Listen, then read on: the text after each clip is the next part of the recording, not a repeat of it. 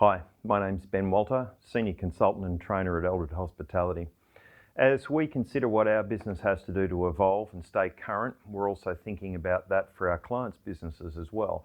It occurred to us that during this time we might be able to share some of our strategic planning and thinking with the industry as a whole. Hopefully there's some takeaways here that you can add to your own strategic planning as you get ready to reopen as soon as we're given the green light to do so.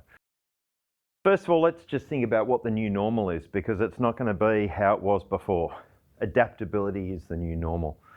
Things are changing all the time and will continue to do so. Following on from that observation is that a systemised approach is now more than ever necessary when operating your business, not just for profit, but for your very survival. I'm going to start off with a discussion about the different market levels in hospitality, because that's going to lead to some considerations that I think everybody needs to make before reopening.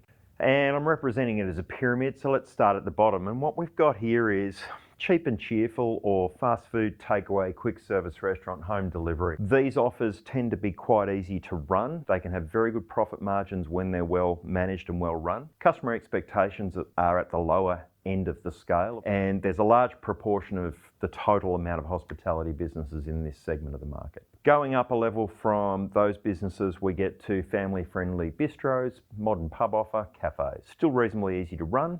The margins can be good when they're well run. Modest customer expectations and still a large market size. Go up another level and we've got good food guide level, full table service style dining, so mid to upper level. Relatively hard to run. Modest margins. Customer expectations are starting to be substantially higher at this market level. There's still a reasonable market size or segment. We get to the pointy end of the pyramid and we've got fine dining.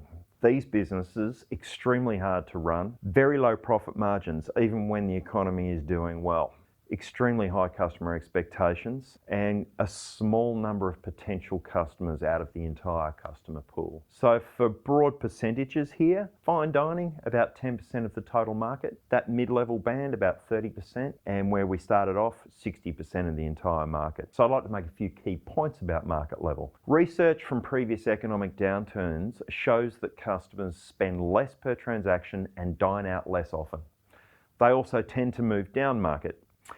They tend also to seek out a more simple offer and a more simple experience. So what are the takeaways there for where you're at the moment and where you might be considering heading? Fine dining is much riskier during difficult economic conditions. Many customers will choose to spend their limited discretionary dollars at a lower market level than they used to.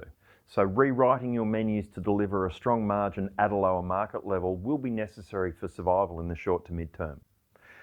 A reduction in your costs of production and service is going to be required for you to achieve profitability. Other factors that are specific to this downturn. First of all, we don't know how long it's going to take for social distancing to be reduced and we end up being able to be in close proximity to people like pre this state of emergency. So cleanliness, health, hygiene and social distancing behaviours are going to greatly impact dining decisions. Inbound international tourism is unlikely to recover in the short to medium term. So if your business relies on inbound international tourism, time to start looking for a new market segment. Home delivery will be more firmly entrenched and have a larger market share. This means dark kitchens are here to stay, so get used to it. I'm going to finish up with a discussion on considerations.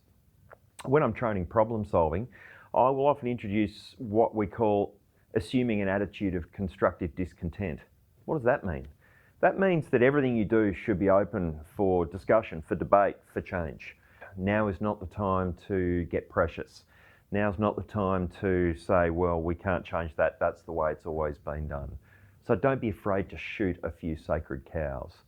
Business owners will often be quite fearful about changing things that they think might destroy the magic. Well, there's not a lot of magic around at the moment, so what have you got to lose?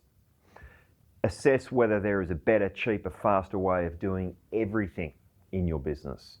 Your competitors will certainly be doing this at the moment. Thanks for watching.